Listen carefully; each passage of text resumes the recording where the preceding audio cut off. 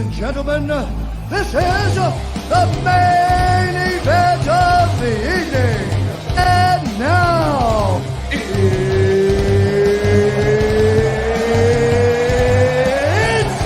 time!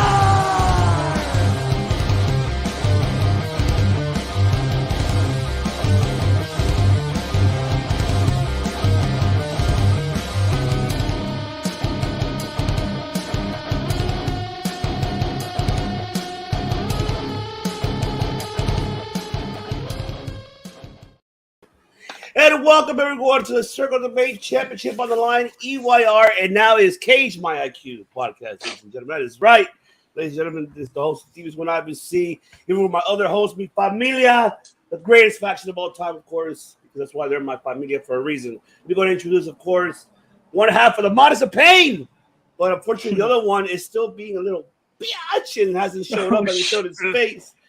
Alex, yes, I'm calling you out, Alex. You haven't shown your faces. You've lost your Tapology World title. So there you go. Where are you, Alex? Where are you? But yes, of course, I have Richard, the former one-time champ, Tapology World. If you call him, he will come. He will show up. He's going to show up. He's going to be watching. We'll see. We'll see if he will. And of course, today, ladies and gentlemen, my family, my brother, who's a part of the COD family, and as well as the League of Extraordinary Podcast, is here with us today. My boy, Dan Bagley. Cage My IQ, ladies and gentlemen, podcast. That is right. He has the IQ that even Dana White wish would have had, because there's times that Dana White makes bad decisions. Jesus Christ. He definitely just like this week. Oh, yes. Just like this week. And that is right. And we're here today, ladies and gentlemen, to give our predictions for UFC 279, and that is Chimaev versus Diaz. Now, I am looking forward for this card. This card is pretty stacked. And, this card is, of course, in the T-Mobile Arena in Las Vegas. But before we get into, very briefly, I wanted to ask you guys, before we get into the main card, I want to look at the prelims and the early prelims and the prelims, excuse me. Which ones are you guys looking forward to on those fights? So let me share my screen so I can at least show the early prelims and then show the preliminary fights as well. So let me just share very brief. So that's the early prelims fights. You got Norma Dumont versus Daniel Wolf, Chad Angler versus Antageli, Melissa Martinez, Elise Reed. And then on the prelims, you have Hakeem Duwado, I believe it's called. Duwado, right? Yeah, and Julian Rosa, and Jelton Almeida, and Anton Turkaish, and Dennis Tululu versus Jamie Pickett, and Jake Collar versus Chris Barnett. So I'll take it to you, Big Dan. Which one you look forward to out of the early prelims and the prelims? When I look at that, this fighters that I look at that I want to see and see how they do. Like, I like Jelton Almeida. Like, I like how he jumped up to heavyweight because he's a light heavyweight. He's a high-level submission artist. He was supposed to fight Shamil, but then he backed out, and then Anton took his place. So he's going from prepping for a striker to prepping for a grappler submission artist now. So it's going to be kind of like looking at a mirror there. I'm looking forward to that. And then I'm really looking to see how Melissa Martinez does with Elise Reed. Melissa Martinez has a lot of good fighting styles, all wrapped up into one. She's a prodigy coming out of Mexico and the South. She has good leg kicks, good movement. She's very quick. And I'm just intrigued to see how she does. There's a lot of hype on her. And I want to see if she can go after Reed, and in which I think she can, because she has a good grappling game, and Reed is kind of weak against the takedown. So, indeed. Okay, I'm looking forward to that, definitely. Richard, how about yourself? Which one are you looking forward to? The one that stands out that I love is a heavyweight fight. I'm just a big heavyweight fan in general, especially Jake Collier versus Chris Barnett. Beast Boy, a Huggy Bear, or whatever they call him. Chris Barnett, anytime he comes in, he's just so action-packed. You're going to expect something, especially his last win versus Vellante, where he did like a wheel kick. For a big man that size, I mean, he moves pretty damn well. He has that point fighting style. He'll move and then he'll do anything. I mean, try to get an edge on you and he'll take the risks. And Jake, he's fun too. I know he was like a light heavyweight. I know he went up and it's kind of not successful. I know his last fight he lost by split decision to who was it? Arlovsky. So he needs this win. But I'm pulling for Chris. I like Jake too, but that's gonna be a fun fight. This heavyweight fight. Anytime Chris steps in, it's gonna be a fun fight. You know. I love his highlights in Road FC in South Korea. Oh, awesome. What's going on to De Niro? That's right. Versus the Learning Podcast. What's good, familia? Well, I'm looking forward for Almeida too. That's what I'm hyped for him. He's been doing so far a fantastic job. So I'm curious to see what he's going to do with Anton. So I'm not familiar with, but seeing doing my little research on Anton, he looks like a tough competitor. And what Dan intrigued me what he just mentioned about Melissa. That's the one that I'll be hyped to see that because I want to see what's the hype all about. Especially being Latina, I'm being Latina. I also like the opener. I like Weeks and Johan Linez because Weeks has a really good striking. He's very quick. But then Linez has a very good kickboxing and distance game, and they both have knockout power in different ways. So I'm intrigued to see which guy can get over the other one because they're both coming off a loss. Oh, all right. Definitely. All right, now let's get into it. To the main card, ladies and gentlemen. Let's start off with the first fight, of course, happening here, and that is, of course, there's a light heavyweight bout, Johnny Walker versus Ion Cutelaba. And so I'll take it to you, Big Dan. Who do you got on this one? I'm going with Johnny Walker here. I'm going with the second round knockout here. We know Cutelaba, he has a big grappling background. He likes to take the fight to the ground. He does have knockout power, but he's a quick starter. He's basically a one-round cardio. Like he did have that one fight where he actually managed it well. But then he went back to his old self against Ryan Spann, had a great start, then got tired, and then got finished by Spann. And Johnny Walker is one of those fighters where he has all the potential in the world to be a champion. He just hasn't put it together, and I just don't think he understands like how to put everything all together at once. Because when you want him to be aggressive, he's passive, but when you want him to hold back a little bit, he goes berserk. So, like, he doesn't know when to do what. But I feel like this is a perfect situation where he can kind of be a little bit passive early, use that movement. He has those knockout leg kicks that he can use, and he even has a really good striking. I feel like he's going to want to get that loss out of the way to Jamal Hill.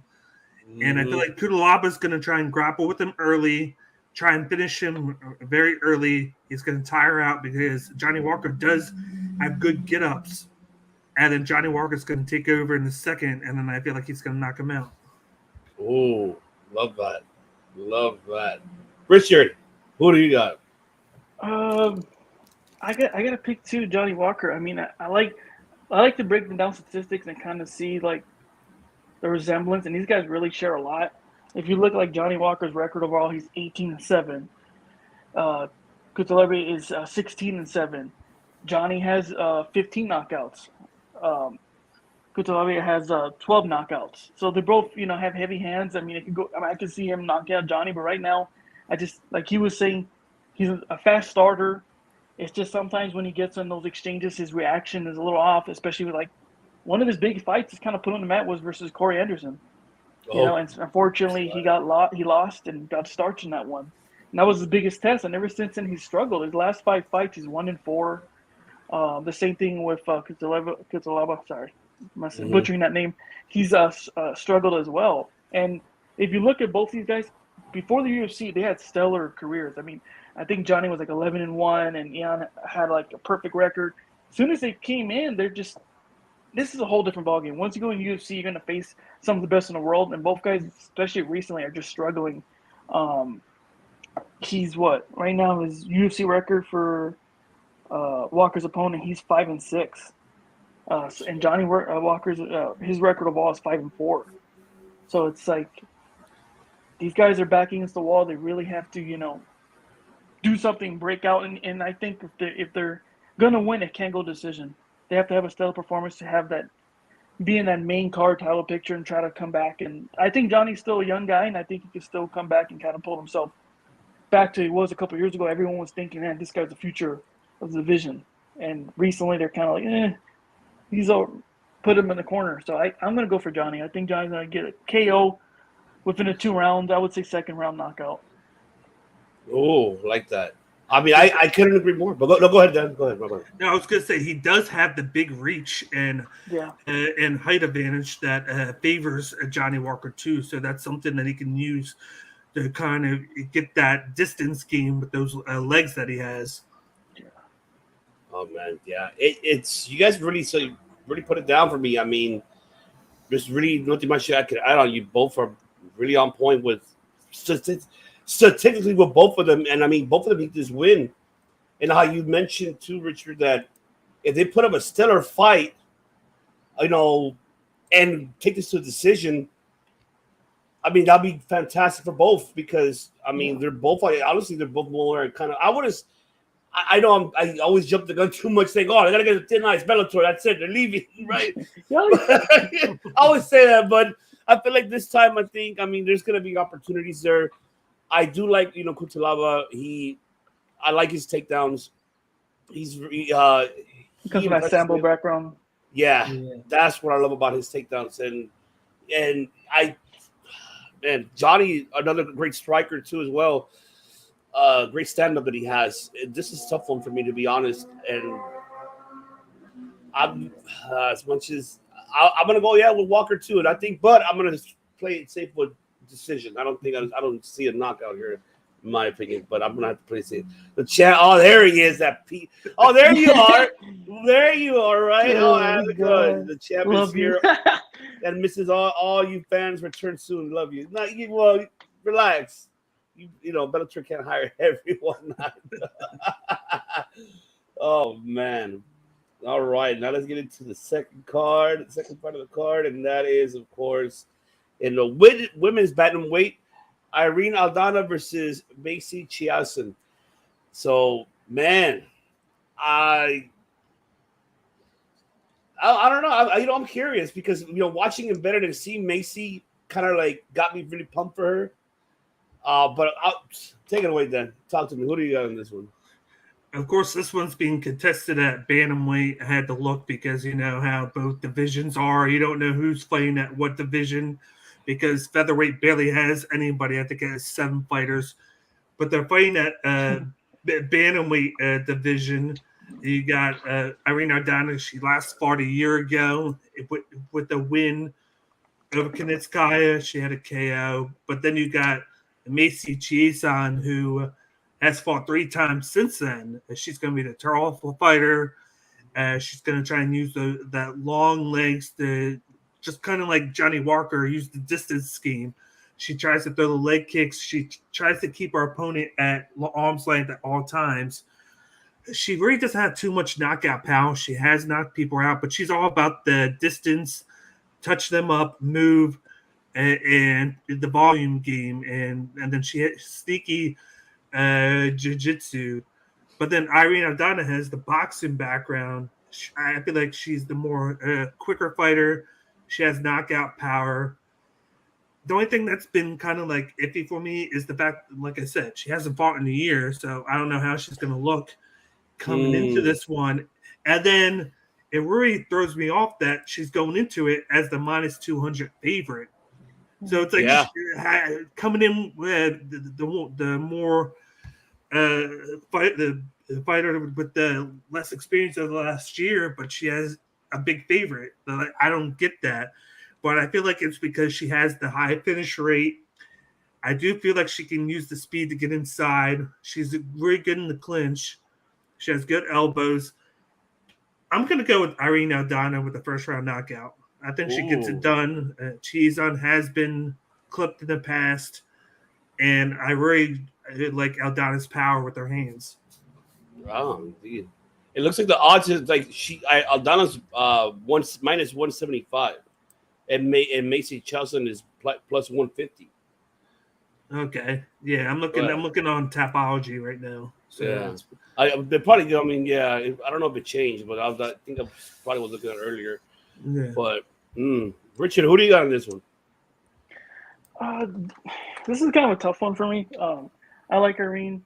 I feel like most recently, like Dan was saying, that she hasn't been active since July of last year, so that may play a factor.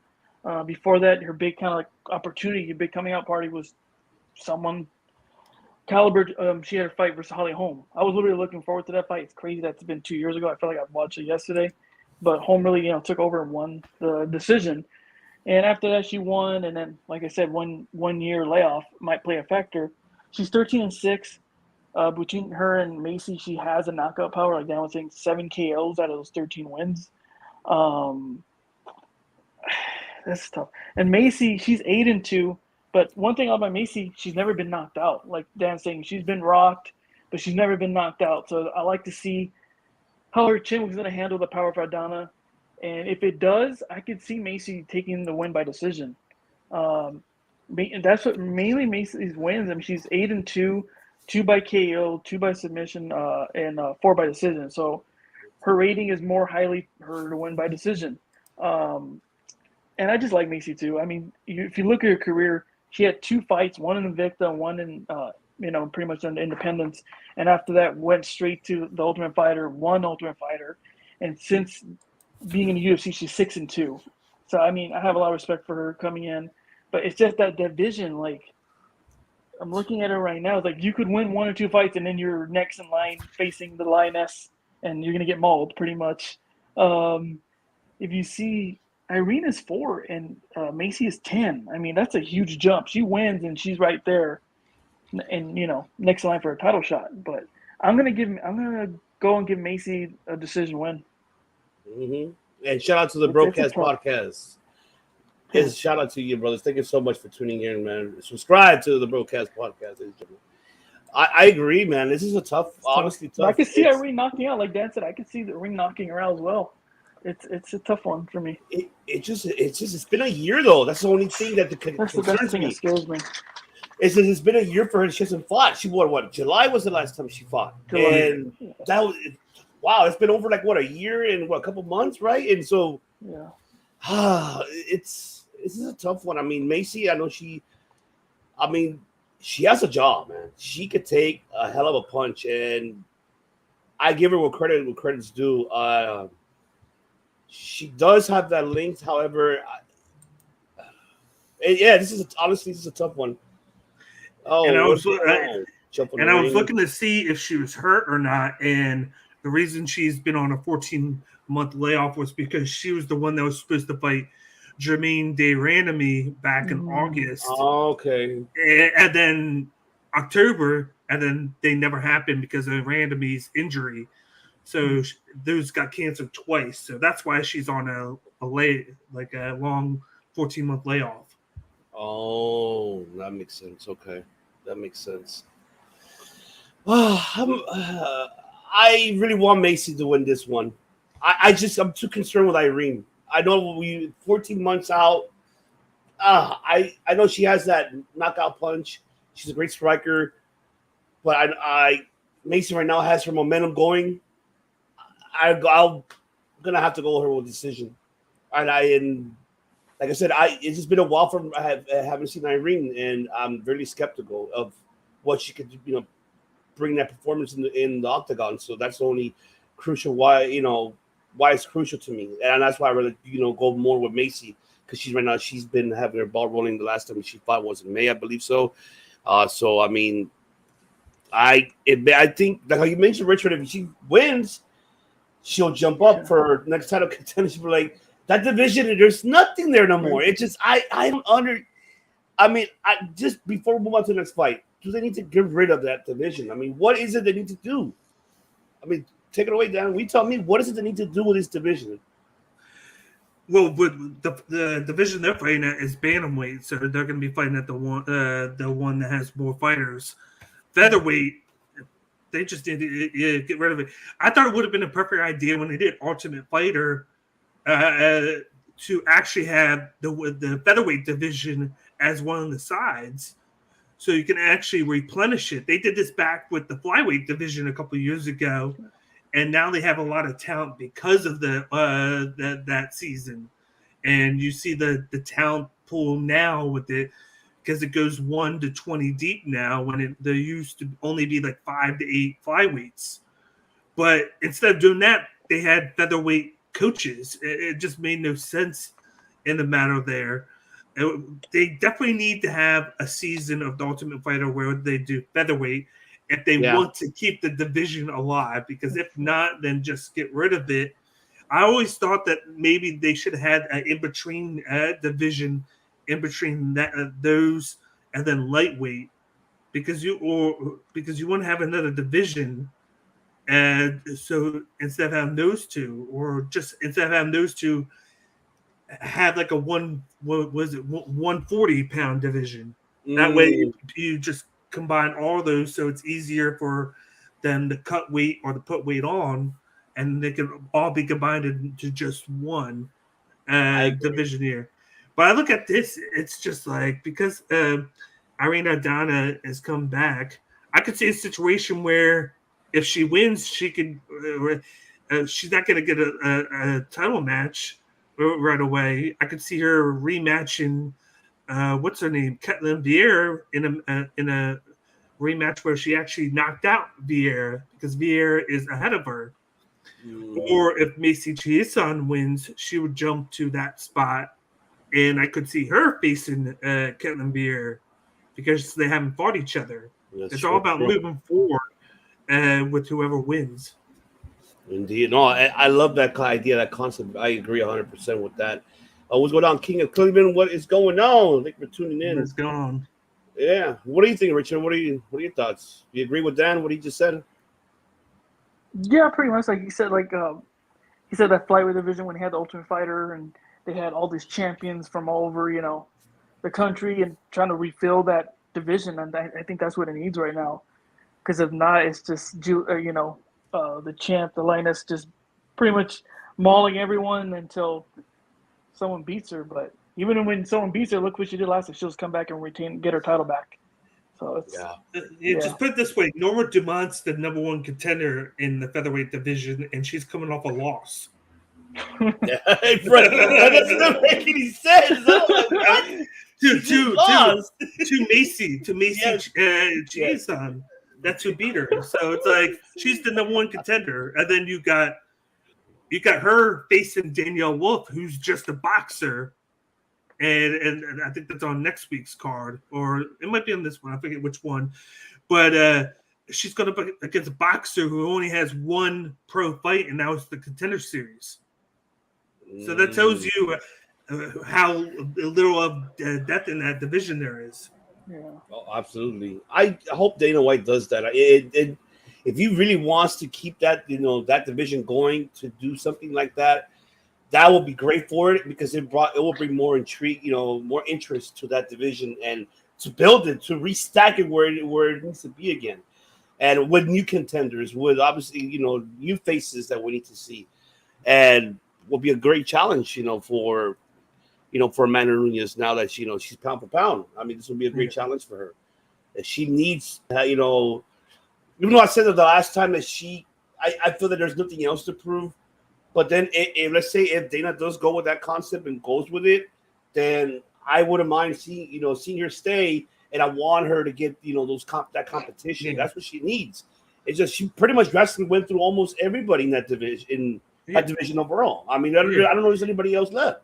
Yeah, and then another problem was the fact that either that they had people, but they either went down to bantamweight, or they left and went to PFL and went to lightweight. That could be the yeah. But I mean, we'll just have to wait to see what Dana White does in that. All right, let's move on to the third fight of the card. Catch weight here, bout at 180 pounds. Kevin Holland and Daniel Rodriguez. Now, of course, you guys are the IQs on this, and I want you to guys briefly explain to everybody about the catch weight, bout, So taking you, Big Dan, break it down to the people. What is this couch weight bout about at 180 pounds? And who do you got at this fight?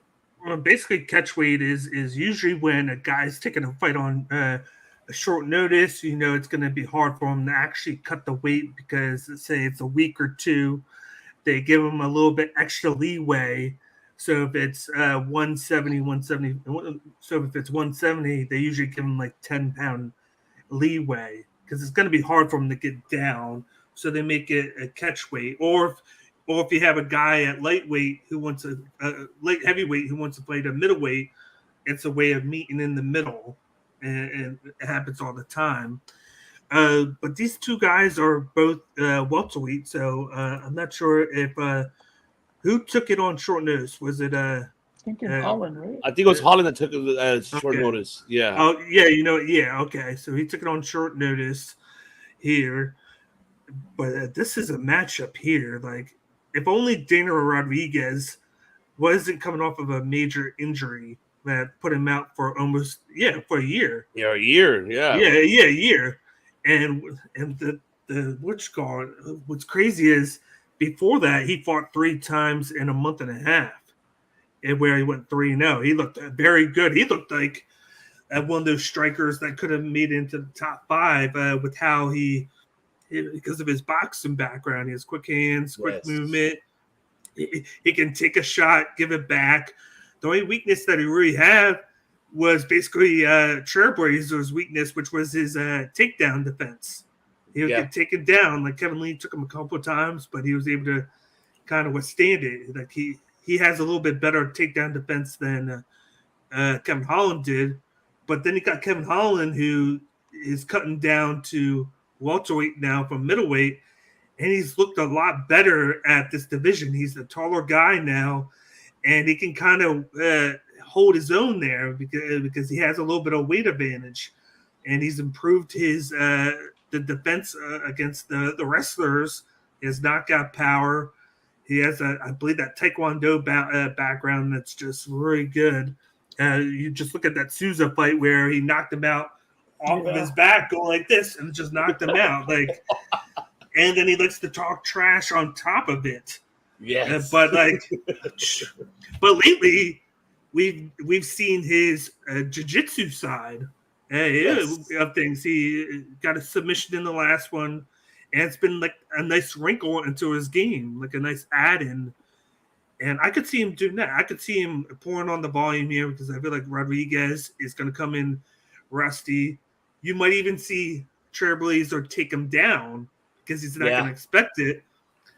I'm going to go out on a limb and go. I'm going to go Kevin Holland round 2 sub, and I'm going to go rear naked choke.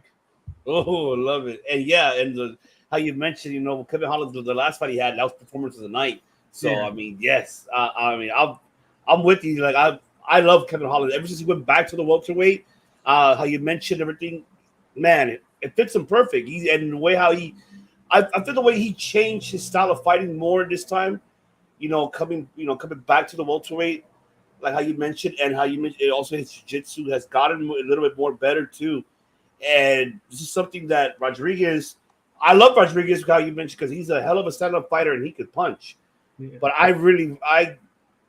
seeing even the last fight what impressed me, not the one that Holland had with Means, but the one with Oliveira he had, with Alex Oliveira. That one really impressed me with the TKO with the elbows. Like, Jesus. So that's what I'm like, all right. And he just came back too from that fight. So I'm really I'll go with submission round 3, and or you know what? I'll take it back. Round 1. I'll take it round 1. Submission round 1 because I love Kevin Holland. I know Rodriguez has been a while since he hadn't fought, and so I'm gonna have to go with Kevin Holland, man. I'm really a big fan of his work. I like how he changed drastically. He really has been improving, even though he just barely went back, had 2 fights in the welterweight. But I see a future in him in that division itself for sure. Probably top 10 in my opinion. I see him top 10 or at least in the top 5, close. But he just needs a couple more fights, of course. But Rickard, what do you got on this one, brother?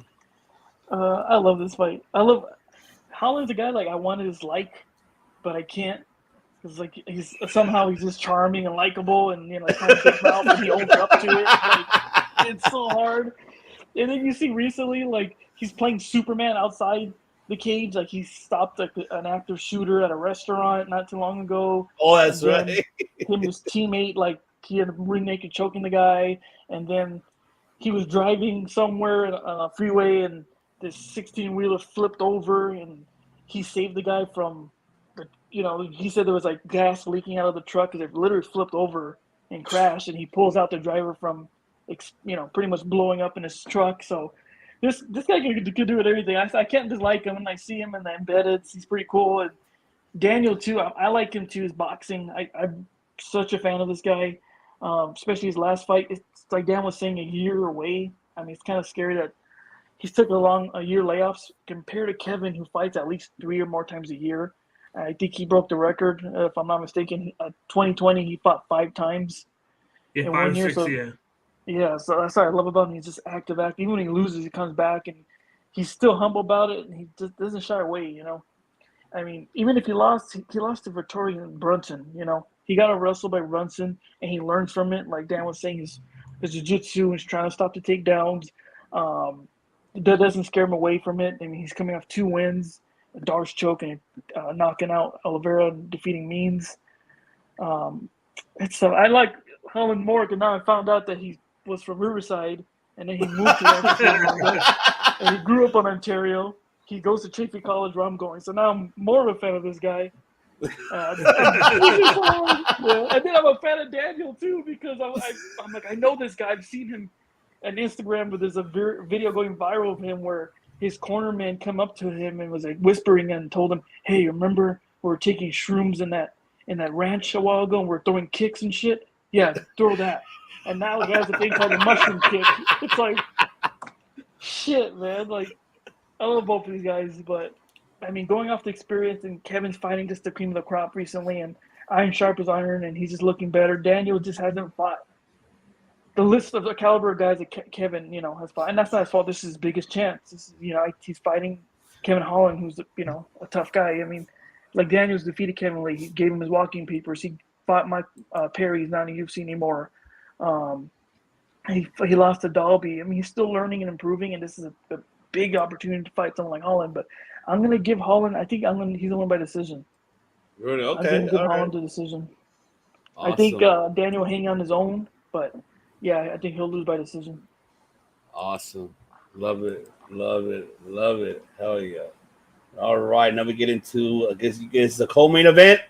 And that is, of course, Li Jingliang versus Tony Ferguson. I'll get myself out of the way on this one. I mean, Lee. No, I'm not gonna say he's going to Bellator, Richard. I know you were waiting for me to say it. Hey, Kevin Holland came from Bellator. Technically, he fought in Bellator fight for UFC. So, come on. I mean, Ferguson needs this win. I mean, Ferguson lost the last 3 of his fights, but mind you, I mean, I don't want to disrespect Lee too much, but Ferguson's losses were high contenders, so there were not just nobodies, there were somebodies, and close ones too. And I know that Ling as well. He lost to Chimaev, and then he beat I believe his Muslim. I forgot the last name guy. Sarakov. Yeah, Sarakov, and then now. So I know he's going to get back up there within the rankings. He's number 14 right now in the rankings. So he's trying to get back up there again. But Ferguson, on the other hand, I mean, he wants to get back on a winning streak, and I mean, it's as much as I like these chances, because Ferguson is at there, but I'm gonna go with Ferguson this one. I'm gonna go Ferguson. I see this one, man. I want to have to see probably TKO round 3.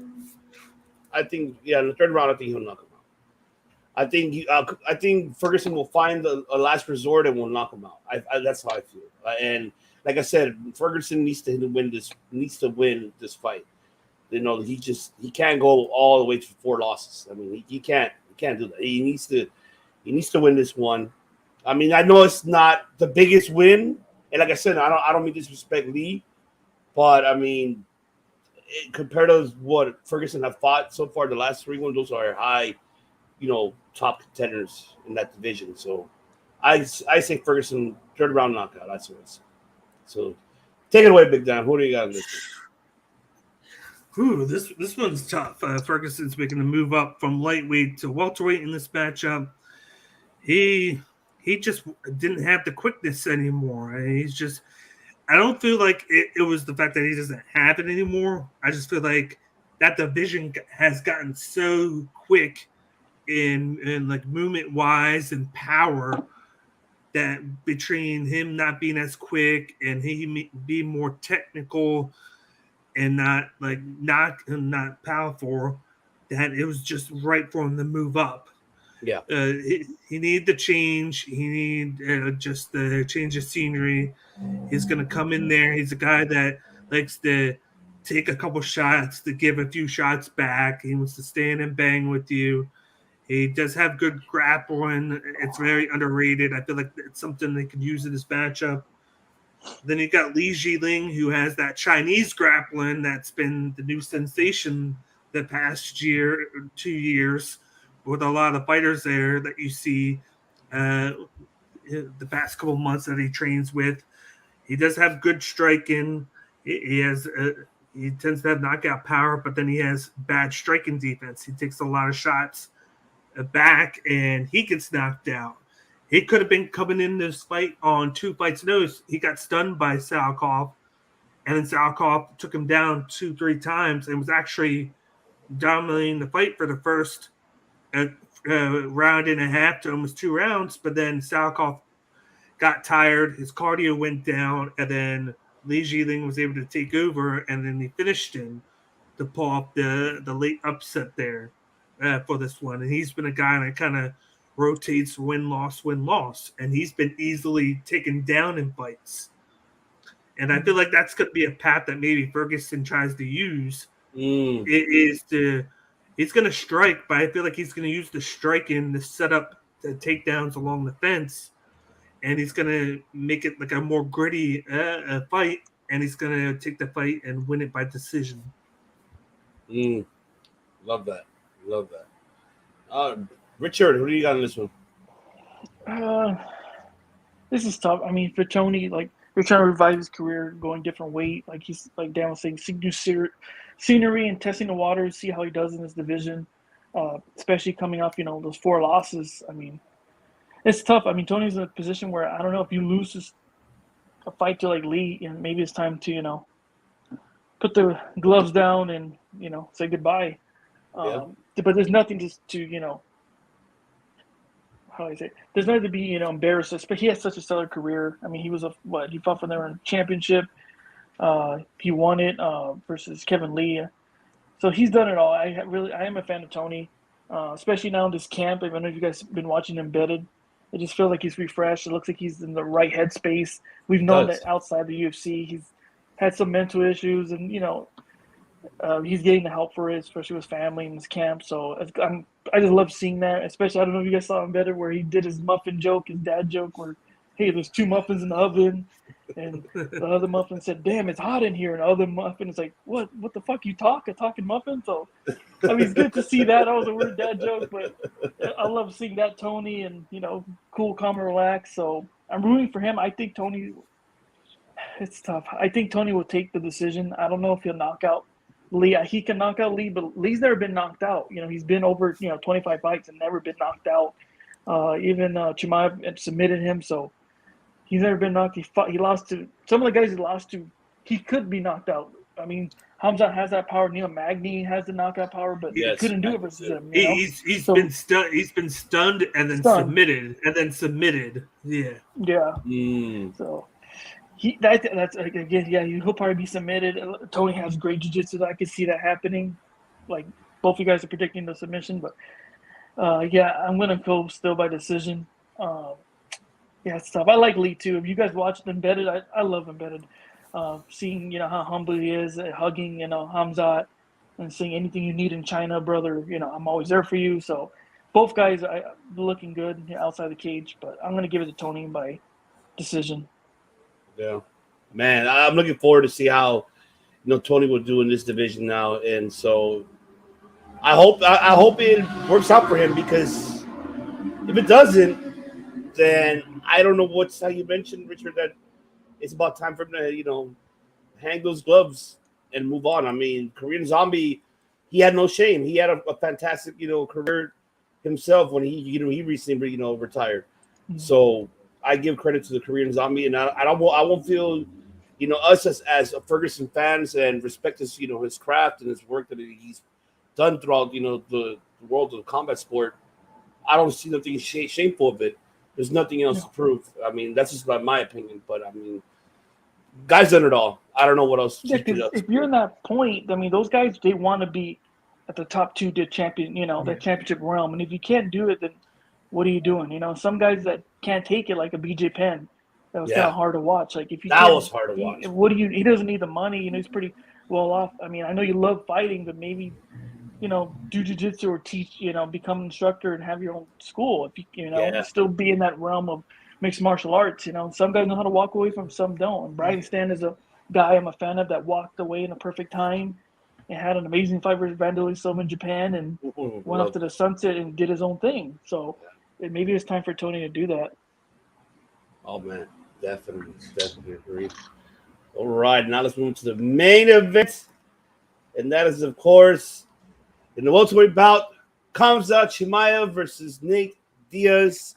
And of course, we already know that this fight, the winner, which is what everybody's aiming and leaning towards, Chimaev, will get a title shot, of course, if he wins this fight.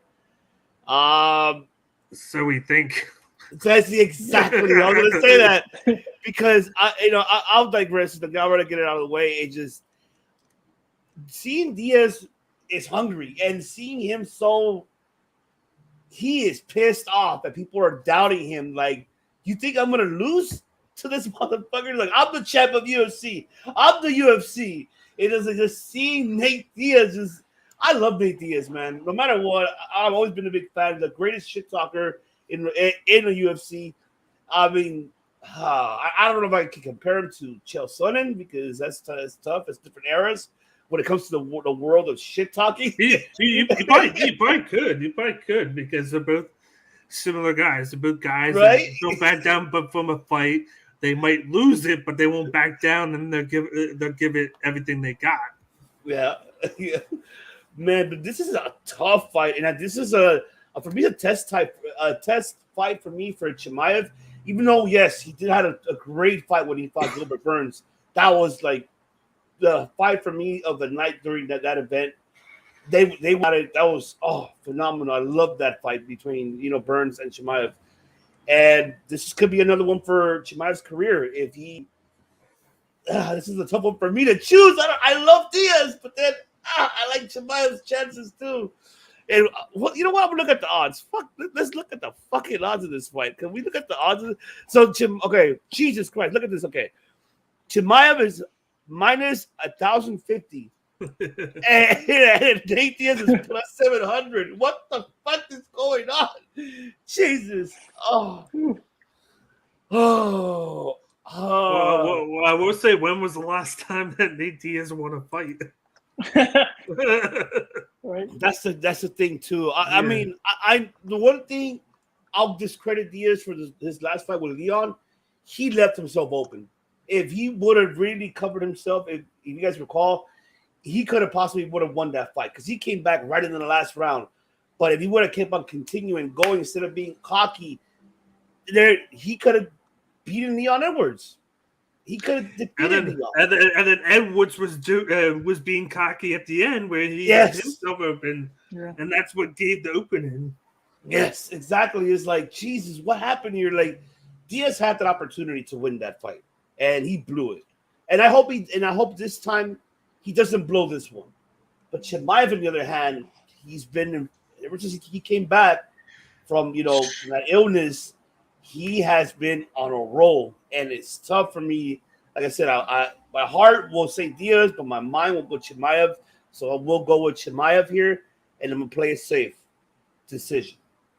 As much as I want to go with a knockout, or a submission, but I'm gonna go with submission. I'm gonna go with a decision with Chimaev overcoming Diaz. But I swear, I will be shocked if Diaz shocked the world and he beats Chimaev. I will lose my mind. I'll be happy, to be honest. I don't care if I lose the main event, but I will be happy for Diaz because he proved the whole world wrong. Just like he did it with Conor McGregor, he can do this with Chimaev. Never count him out. That's why I hope he puts that ego aside, that cockiness, and just go in there and bring him that competitive fight to Chimaev because he needs it. So I mean, you take it away, Big Dan. What do you got? I'm gonna sound like the bad guy here, but I think I think Cam Zach just destroys him. I think he just destroys him.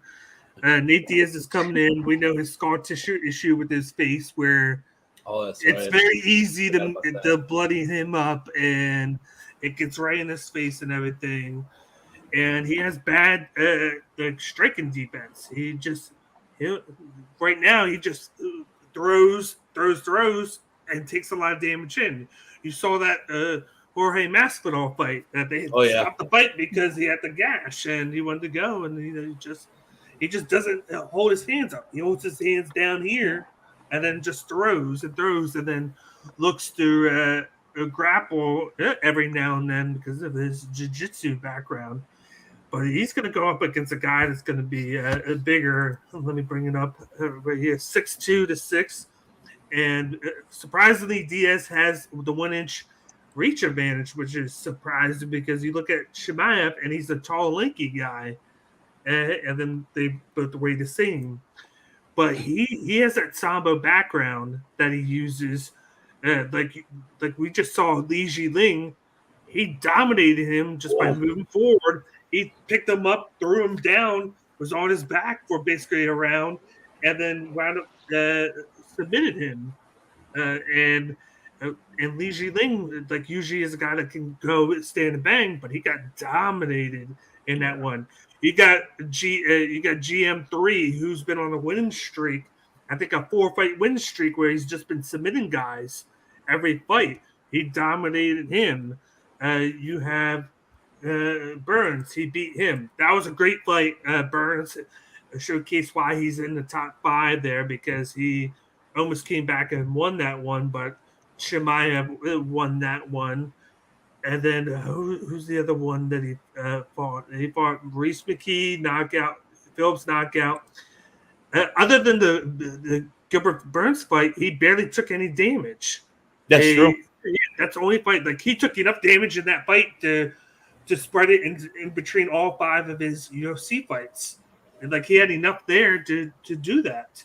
He has good hands. He uses overhand shots, but it's all predicated on the Sambo, pressuring forward, getting the guy moving backward, and then he decides whether he's just going to throw or if he's going to engage and take you down.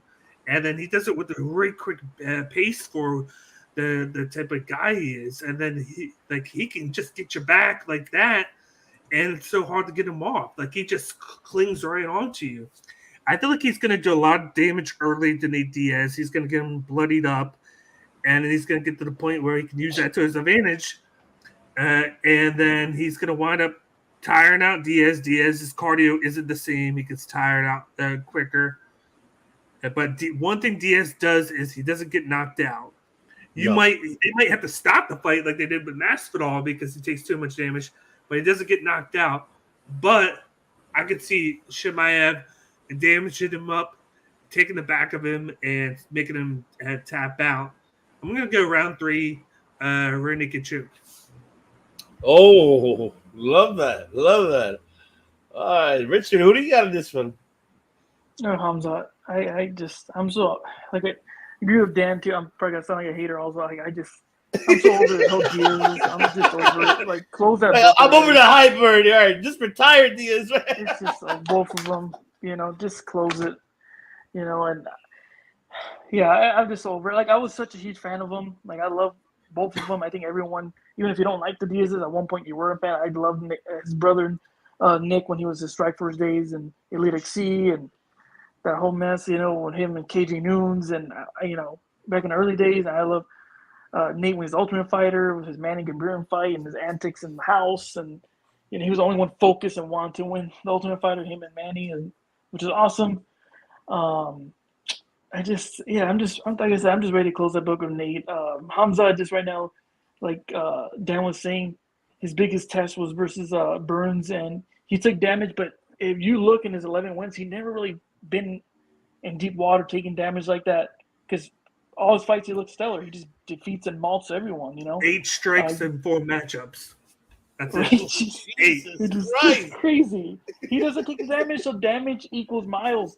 Nate Diaz has a lot of damage equaling a lot of miles on his body and his face, like Dan was saying with the scar tissue. I know his brother and I know Vanderlei Silva were the early ones to do that surgery where they were shaving the eyebrow under the bone. They were shaving it so it could prevent cuts. So they're the only ones I know that were trying to do that to prevent, from bleeding so much and, stopping his fights early. But I don't think Nate probably hasn't, didn't do that surgery. That's why he cut so easily. So I could see Hamza just doing ground and pound and just wearing him out and probably getting the TKO in the 3rd round. Because Diaz ain't going to go anywhere. He'll take the punishment, he'll take the abuse, but how much could you take till the referee stop? He jumps in and says, that's it. I'm just tired of the whole Diaz they have that I don't give a, crap attitude, and they come in there and, say, oh, I want to be cut. But I need the money, so I come back. And And I'm just over it. And this is the last fight of his deal too. Right? That is true. Like he only has one more, and then that's what Dana White says. He said, "Do this fight, and then you're good. Go off." And then he's probably going to go to Bellator for like 1 or 2 fights to make more money, because they were paying him, even if he loses or not. They were paying him because they get the audience there. But I look at that for Chimaev. He's in a dilemma here. If he loses, he looks bad. But then if he wins, he doesn't get a title shot because of Leon Edwards beating Kamaru Usman. Because if Edwards would have dominated Usman, you could have made a case that there shouldn't have been a rematch, and then you would have gave Chimaev it. But Leon Edwards was getting very beat up in that fight, and he was so discouraged. But then he came into that 5th round and pulled off the mecca of all upsets with a minute left. I put it on the same level as Silva's triangle choke on Chael Sonnen, where they're getting very beat and then he pulled it out of his ass. Yeah. But so they're gonna have a rematch. Apparently, it's gonna be in England in early 2023, apparently, or possibly December. So you're gonna have to wait to see that. So it becomes a story of, do you wait for the winner of that, or do you fight somebody else? And the only guy ahead of him would be Colby, but apparently Colby is recovering from injury. He's saying he's going to be back by November, December, but then there's people saying that he's not going to be back until February, March. And then he's already beaten Gilbert Burns. So it's like, it's either he's going to wait a while for the champion, he's going to wait for Colby Covington, or he fights back and he fights the winner of Sean Brady and Bilal Muhammad. Those are the only 3 options. And they're fighting in a couple weeks. So those are the options that he has. So it's kind of like a waiting game for him. I see. Yeah, no, you're absolutely right. That is really crucial. I mean, or there's been a rumor that he might move up, and if Adesanya beats Alex Ferreira, he might move up and fight him. There's a rumor that might happen. I never usually do it here, but I'm gonna have to do it. Oh, that would be sick if that does happen. Oh my god, take my money. That's what I would be. Oh my god. Oh, you're absolutely right. I mean, forgetting about that because Leon, and of course, Usman rematch is gonna happen in December for sure. It's gonna happen. I mean, Dana mentioned that he wants to have it in Wembley Stadium. That's where he wants to do it. Yeah, yes. But the thing is, how he mentioned on the last post-fight conference, he's like, we don't have control of the weather, so we don't know how the weather's going to be because it's an outside stadium. That's why he does a lot more inside stadiums. He doesn't really want to do outside stadiums anymore because shit can go wrong with, during that day. It could be raining as hell, so it kind of will mess everything up, the event. So, I mean, But if, oh my God, if Kamza move up and faces whoever the winner of Izzy and Vera, oh my God, I would really love to see that fight. But the plan all along was for him to fight Usman, but then Usman lost. So Yeah. he kind of messed things up by losing. I know. And you know what? And I could tell Dana did not expect it. Usman, No. I mean, 1 Usman to lose. 1 minute away from it.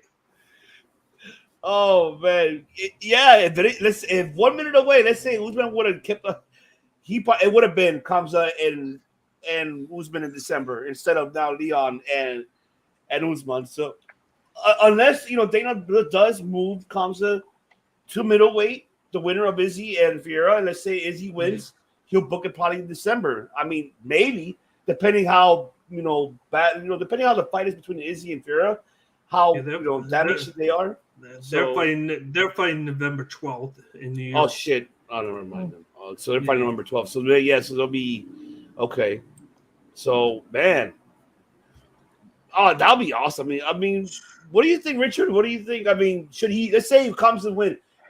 What's he gonna do? Like how Dan said, should they move him up, or what should Dana White do in this situation? Because you can't have him sit down forever. I feel like a lot depends, like Hamza. I mean, he could just play the waiting game. I mean, I remember a couple years ago where Gaethje was like, "I'm not gonna fight. I'd rather wait a year and get my title shot. Like, I'm not gonna do this and risk it." And then we have like a few years ago where Frankie Edgar was gonna get a shot again, and then he risked it and got knocked out. Because I remember a few years ago, I think he was next in line and got KO'd and lost his shot. And then we know where he's at now in his career. So, I mean, Hamza could say, what, I'll beat Diaz and then I'll wait and get my shot. But it depends if he wants to be active. And White's like, no, you're going to have to, keep on fighting. So, yeah, I'll fight. But, like Dan said, give me a weight class up and give me that title shot. There is a wild card in Jeff Neal, who just had an impressive victory over Vicente Luque, where he just knocked him out and just destroyed him late in that fight, and he's ranked number 6 right now. Yeah. So I could see possibly that if he wants a guy who's coming on the up and up. I just feel like there was that chance that he moves up, not just because of the Izzy fight, but because you got another prodigy in the top 15 in Shavkat, who is moving up right now. He's at number 11 now, and right now he's looking for a 6 through 10 fight, because if he does that and wins, you get into a situation where at some point, if Chimaev doesn't get that title shot in the next 6 months, you could see those two guys fight each other, Chimaev versus Shavkat, and that's a fight that I think Dana wants to hold off on until one of them has the title. It's going to be interesting, honestly. Yeah. But I don't disagree about that Jeff Neal fight. That would be intriguing to see, because I did see that fight. I was disappointed for Luque, man. He, I'm a big fan of Luque. I was expecting him to move up. I was expecting him to be the one next in line, before they even give it to Leon. But they ended up giving it to Leon before Luque. But now, with this loss that he lost with Neal, and then he lost the fight before that to Muhammad. Muhammad, he lost to that one too. Yep. And man, poor Luque, man. I was rooting for him because I'm really a fan of his work. How he is an octagon. He's just taking so much damage now, and you just saw that he just not gave up, but it let out. He just couldn't hold it in anymore, and because of all the fighting that he's done in the past few years.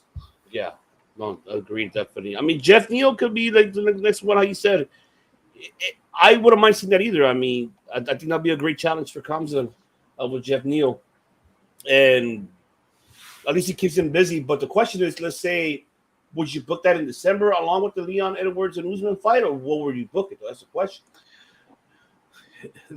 True. It all depends. It depends on how much damage he takes in this fight, and what his medical suspension is if he takes damage.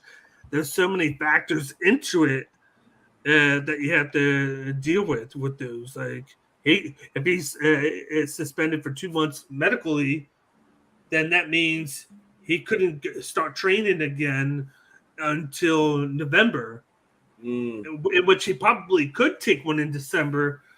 But realistically, you would think January when they come back, and then you see a couple of the cards that they have there. They got the Brazil one in the middle of January. That's there. Right. Yep. But it's like it all depends on what condition he is after Saturday. If he doesn't take that much damage, yes, December he definitely could do. Okay. Awesome. Do you feel the same way, Richard? Do you feel the same? Yeah, I pretty much agree with you guys. Yeah, I mean, we'll look forward, man. I'm looking forward this Saturday. This fight's gonna be, I'm intrigued to see.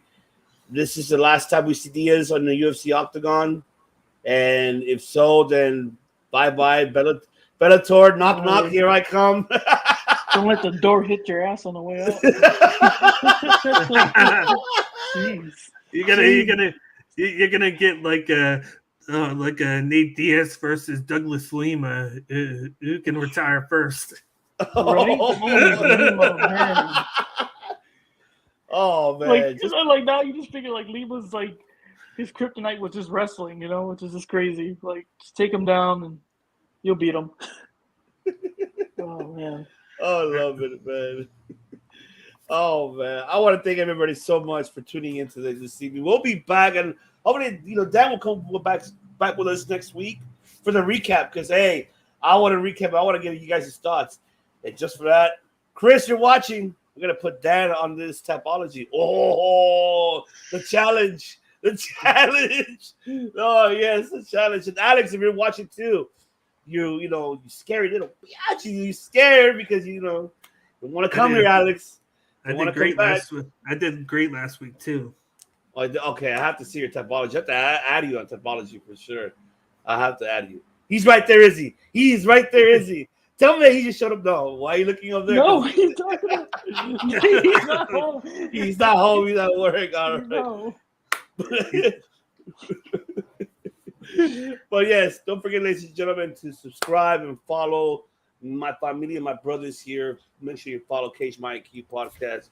Make sure you subscribe to them at Twitter, at Instagram, and on their YouTube channel as well. Dan provides the greatest, not only just MMA, but pro wrestling content as well for you guys.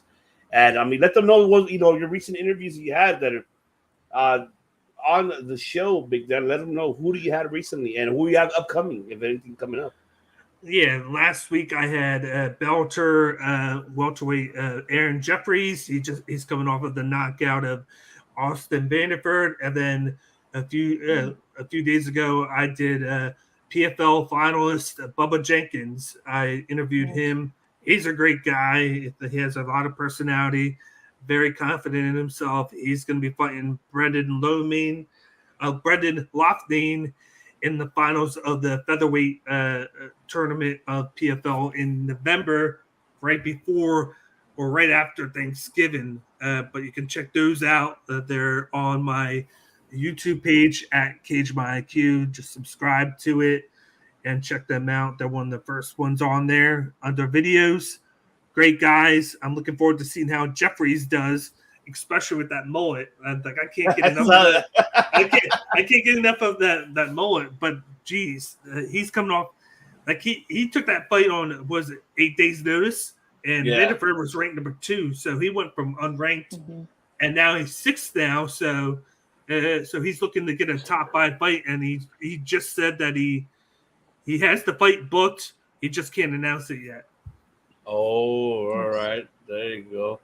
Richard, let the people know what's going on. The championship on the line, man. What's going on? What do you have? We got some things in the works. I think I could probably drop we're gonna have next week. I know we haven't announced on Instagram, but I'll probably announce it here. So Alex, don't get mad at me. We're gonna have pro wrestling superstar Vito Vertelli coming up. He's coming up in the ranks in SoCal. Talks about what he wants to do in the future of wrestling and where he's at right now. And our most recent one was SoCal Crazy, another SoCal legend, and talks about his battle with cancer and doing his upcoming event in a couple months called Hermanos contra Cancer, which is Brothers versus Cancer, and talks about his journey and experience and, how his whole situation, how now, beating cancer, how it inspired him to help others and do wrestling and continue on his big fight. So Awesome. that's what we have right now recently. Awesome. That's right.